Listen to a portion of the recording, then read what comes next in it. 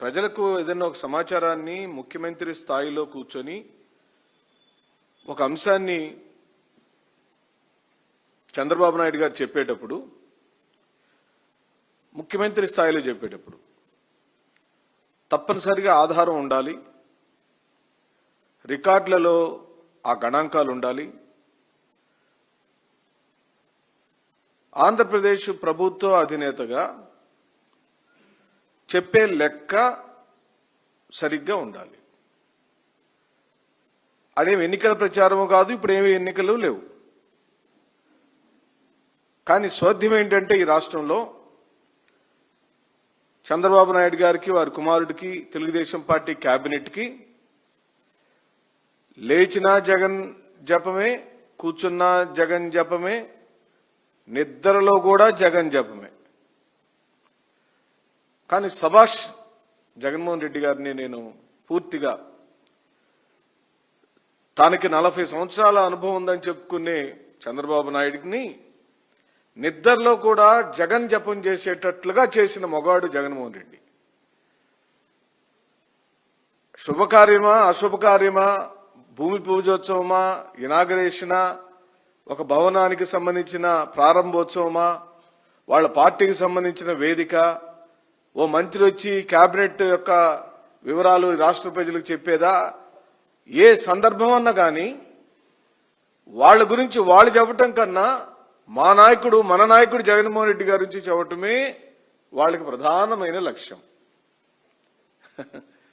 ఇది పూర్తిగా జగన్మోహన్ రెడ్డి గారు సాధించిన రాజకీయ విజయం.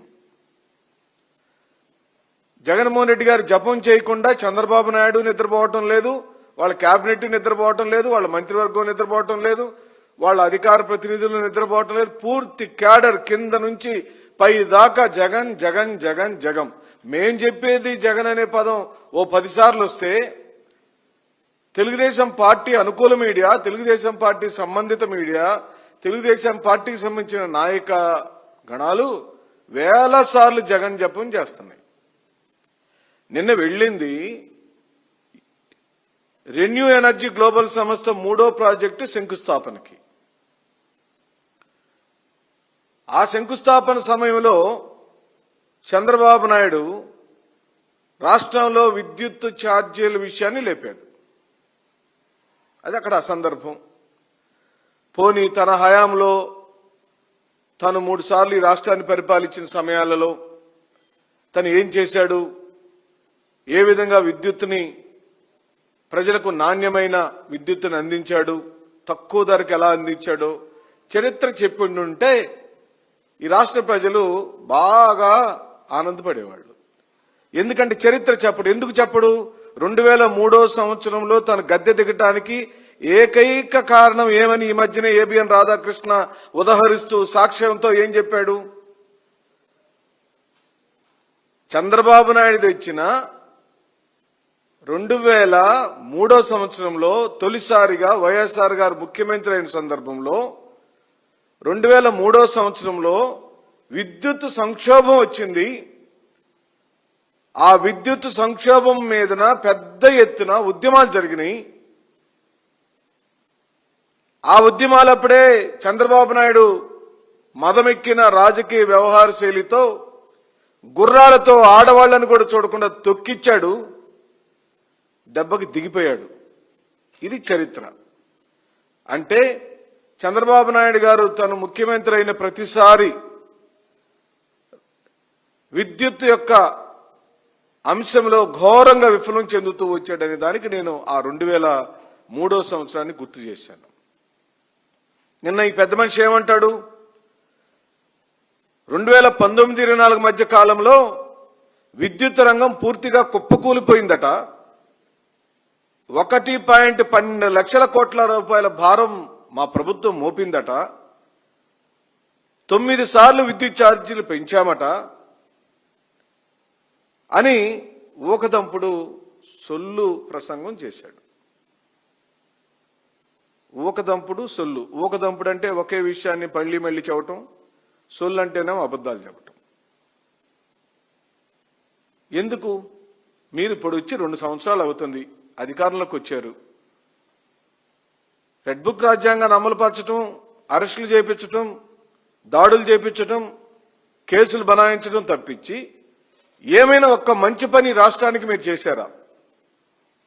మీరు విద్యుత్ గురించి ఎద్దారు.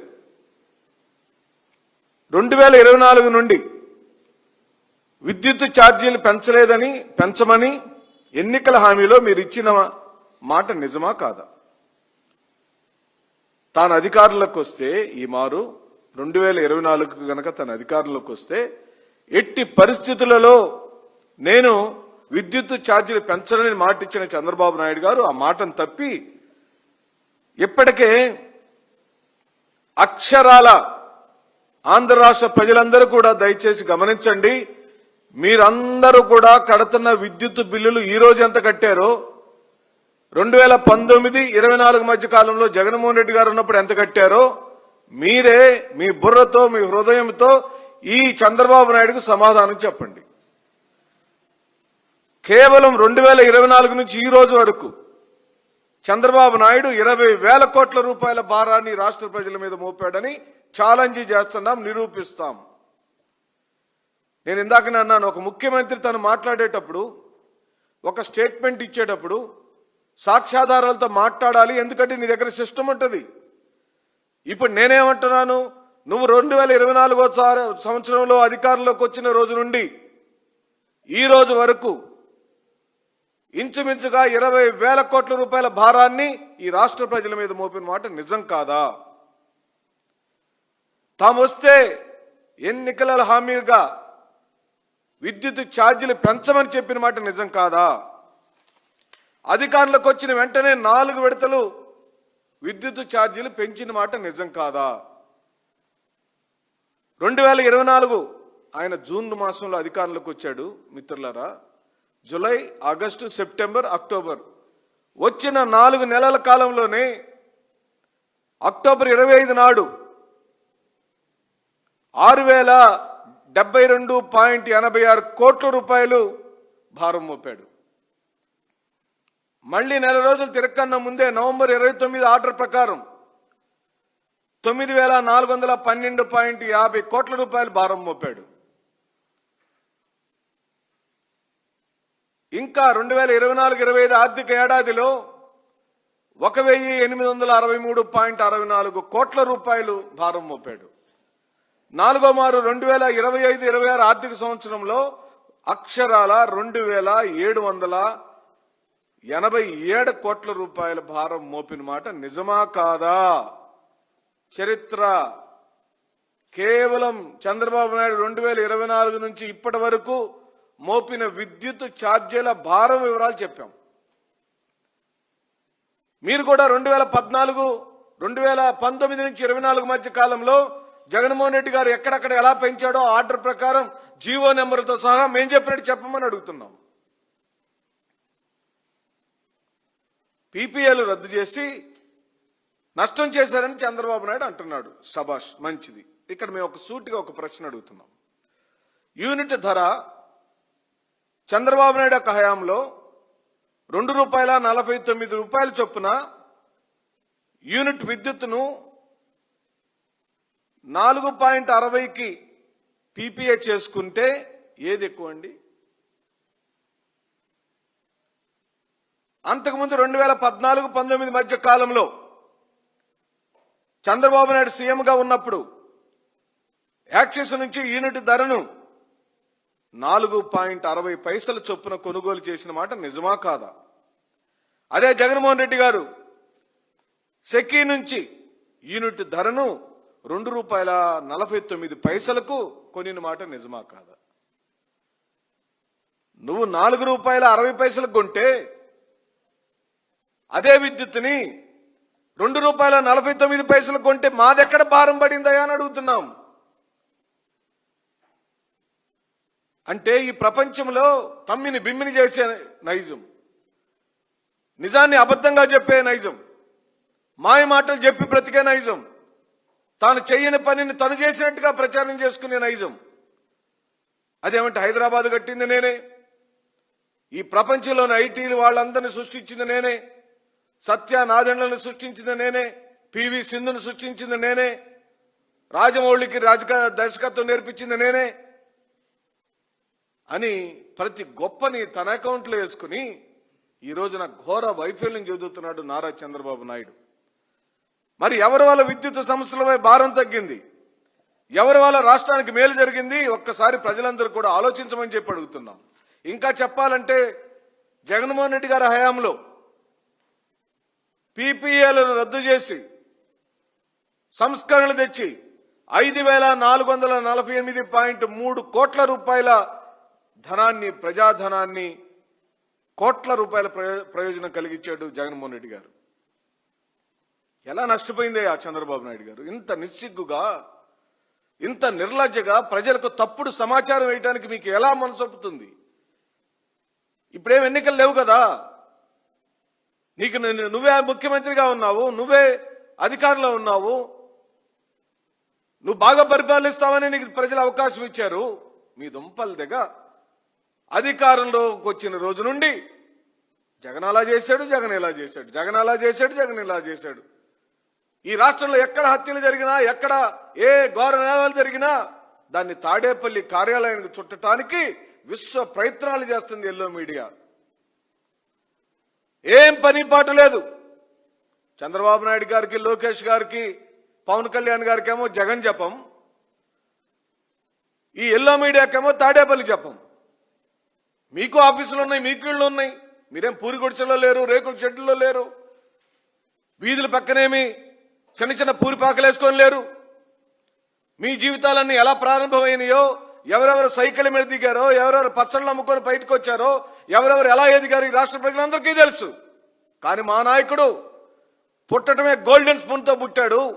తాను పుట్టే రోజుకే వైఎస్ రాజశేఖర రెడ్డి గారు ఐటీ అంటే ఇన్కమ్ ట్యాక్స్ కట్టే కుటుంబంలో పుట్టినాడు జగన్మోహన్ రెడ్డి. మీరెక్కడ పుట్టారయ్యా? మీరు ఎలా ఎదిగారయ్యా? ఇంత ఆర్థిక సామ్రాజ్యాలను, ఒక ఫిలిం సిటీని నిర్మించేంత సామ్రాజ్యాన్ని, హైదరాబాద్ మహానగరంలో పెద్ద పెద్ద స్టూడియోలు కట్టుకునేంత సామ్రాజ్యాన్ని ఎవరిచ్చారు? ఎక్కడి నుంచి వచ్చినాయి? ఎందుకు పత్తిత్తి గురిబెంజ గంజ మాటలు మాట్లాడుతున్నారని సందర్భంగా నేను మాట్లాడుతూ 2024 సంవత్సరంలో ఏపీఆర్సీ అనగా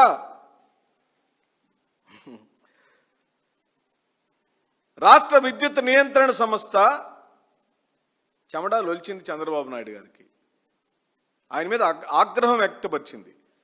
fuel and power purchase cost adjustment పేరిట 2024-25 ఆర్థిక సంవత్సర కాలంలో ప్రతి నెల యూనిట్ విద్యుత్తుకు 40 పైసలు చొప్పున మొత్తం 2,787 కోట్ల రూపాయలు వసూలు చేశాడు చంద్రబాబు నాయుడు ఆయన ప్రభుత్వం. ఎందుకు అలా వసూలు చేయాల్సి వచ్చిందని ఆగ్రహం వెలిపుచ్చిన ఏపీఆర్సీ వెంటనే తిరిగి ఆ డబ్బులు ప్రజలందరికీ కట్టమని ఆదేశాలు ఇస్తే తప్పనిసరి పరిస్థితులలో ఆ ట్రూ డౌన్ అనే పేరుతో చంద్రబాబు నాయుడు ప్రభుత్వం ఆ డబ్బులని వెనక్కిచ్చి తను ధరలు తగ్గించినట్టుగా పెద్ద బిల్డప్ ఇచ్చేశాడు. జరిగిందేమో ప్రజల దగ్గర నుంచి అక్రమంగా డబ్బులు వసూలు చేసి ఇలా మీరు ఎందుకు చేశారని చెప్పి ఏపీఆర్సీ ఆగ్రహం వ్యక్తం చేస్తే ఆ డబ్బులు వెనక్కి ఇచ్చేసి నేను విద్యుత్ ఛార్జీలు తగ్గించాను, నేను బాగా మంచి పని చేశానని క్రెడిట్ చోరీ అనేది ఇండైరెక్ట్గా ఇక్కడ జరిగింది చూసాం. ఇంత చేసినా ఇప్పటికీ ఏకంగా 20,136 కోట్ల ఛార్జీల భారం విద్యుత్ ఛార్జీలు పేరిట ఈ ప్రభుత్వం వసూలు చేసి ఎక్కడ పెంచలేదట. వైఎస్ఆర్ ప్రభుత్వమే 9 సార్లు విద్యుత్ ఛార్జీలు పెంచిందట అని ఆయన ఆరోపిస్తూ వచ్చారు. ఇంకా చెప్పాలంటే ఈ నెల ఏప్రిల్ 2026 నుండి 15,651.96 కోట్ల మేర విద్యుత్ ఛార్జీలు భారం మోపడానికి మళ్లీ రంగం సిద్ధం చేశాడు చంద్రబాబు నాయుడు. అందుకే ఏపీఆర్సీ నుంచి అనుమతి రాకపోవడంతో కొంచెం ఆగి ఉన్నాడు. ఇప్పుడు దానికి ప్రిపేర్ చేస్తున్నాడు. ప్రజలందరి మైండ్ సెట్ని రేపు విద్యుత్ ఛార్జీలు పెంచితే ఇది కూడా జగన్మోహన్ రెడ్డి గారి వల్లనే పెంచాల్సి వస్తుందని ఒక పెద్ద డ్రామా ఆడటానికి ఇదంతా కథ నడుపుతున్నాడని అర్థం. అంటే తను ఒక భయంకరమైన తప్పు చేయటానికి ముందు 1 నెల 2 నెలలు 15 రోజుల ముందు కావాలని ఒక అభూత కల్పన సృష్టించి ఆ అభూత కల్పనలో జగన్మోహన్ రెడ్డి గారిని తప్పుగా చిత్రీకరించే కార్యక్రమం చేసి జగన్మోహన్ రెడ్డి గారి యొక్క తప్పులన్నింటినీ తను సరిచేస్తున్నట్టుగా ఆ సరిచేయటానికి కావాల్సిన డబ్బుల్ని మళ్ళీ ప్రజల దగ్గర నుంచే తీసుకుంటున్నట్టుగా తనకు ఏ పాపం తెలియనట్టుగా డ్రామాలు ఆడుతున్నాడు. ప్రజల ధనం అంతా ఏమైతే చంద్రబాబు నాయుడు గారు ఒక్క 5 సంవత్సరాల కాలంలో జగన్మోహన్ రెడ్డి గారు కేవలం 2 లక్షల పైచీలకు అప్పులు చేస్తేనే అప్పులు చేశాడు గగ్గోలు పెట్టారు కదా. మరి 2 సంవత్సరాల కాలంలోనే రమారమి 4 లక్షల కోట్ల రూపాయల అప్పులు నీ ప్రభుత్వం చేసింది కదా. అప్పులే తెచ్చి బ్రతుకుతున్నారు కదా. ఆ డబ్బులని ఏమైనాయి? జగన్మోహన్ రెడ్డి గారు 38 రకాల పథకాలు ఇచ్చాడు. కేవలం సంక్షేమం మీదనే 4,56,000 కోట్ల రూపాయలు పంచాడు. నువ్వేమి ఇచ్చావు? పెద్ద చెప్పిచ్చావు. ఆంధ్ర రాష్ట్ర ప్రజలకు పెద్ద బొచ్చి ఇచ్చి అడుక్కునేటట్టు చేశావు. గ్రామాల్లోకి వెళితే ప్రియమిత్రులారా, సోదరులారా, అది క్రిస్మస్ అయినా, సంక్రాంతి అయినా, లేదా రంజాన్ అయినా, దీపావళి అయినా పేదవాడి దగ్గర కొనుగోలు శక్తి ఉండేది. ఈరోజు నా కొనుగోలు శక్తి పోయి జేబుల్లో డబ్బులు లేక, పంటలు సరిగి పండక, పండిన పంటలకు గిట్టుబాటు ధరలు లేక, సరైన కాలంలో సకాలంలో వర్షాలు పడక అల్లాడిపోతున్న ప్రజలకు ఉసురు కొట్టుకొని పోతారని చెప్పి మనం చేస్తున్నాం. దేవుడు మిమ్మల్ని వదిలిపెట్టే ప్రసక్తి లేదు. ఎందుకంటే ఘోర నేరాలను చేసిన మీ వైఖరి. ఈయన ఇన్ని తప్పులు చేస్తుంటే 2 సంవత్సరాల పాటు ఒక్క మంచి పని కూడా చేయకుండా కాలయాపన చేస్తుంటే కేవలం 2 పత్రికలు, 3 దినపత్రికలు, 6 ఛానళ్లు, 3 పువ్వులు 6 కాయలు, 3 పత్రికలు 6 ఛానళ్లు. ఏంటయ్యా వీళ్ళ పని అంటే చంద్రబాబు నాయుడు గారు లేచారు, చంద్రబాబు నాయుడు లేచాడు, చంద్రబాబు నాయుడు కూర్చున్నాడు, చంద్రబాబు నాయుడు ఈరోజు తలదవలేదు, చంద్రబాబు నాయుడు తలదవ జాకీలేసి లేపి ఆయన్ని అలా అడ్డం పెట్టి మీ సామ్రాజ్యాలు మీరు ఎలా విస్తరించుకుంటున్నారో, చిన్నగా ఉన్న మీ కుటుంబాలు ఎంత పెద్దగా మారిపోయినాయో ఈ రాష్ట్ర ప్రజలందరూ గమనిస్తున్నారని సందర్భంగా నేను మనవి చేస్తూ, ఈ విద్యుత్ ఛార్జీల విషయంలో జగన్మోహన్ రెడ్డి గారిని తప్పుబట్టిన ప్రతిసారి ఆ ఏళ్లన్నీ చంద్రబాబు నాయుడు వైపు చూస్తే, ఎందుకంటే విద్యుత్ ఛార్జీల విషయంలో విలన్ ఎవరు అంటే ఆయన చంద్రబాబు నాయుడు అని ఖచ్చితంగా ఏ రాష్ట్ర ప్రజలకు, చిన్న పిల్లోని, స్కూల్కి వెళ్లే పిల్లోని కూడా అడిగినా చెబుతారని చెప్తూ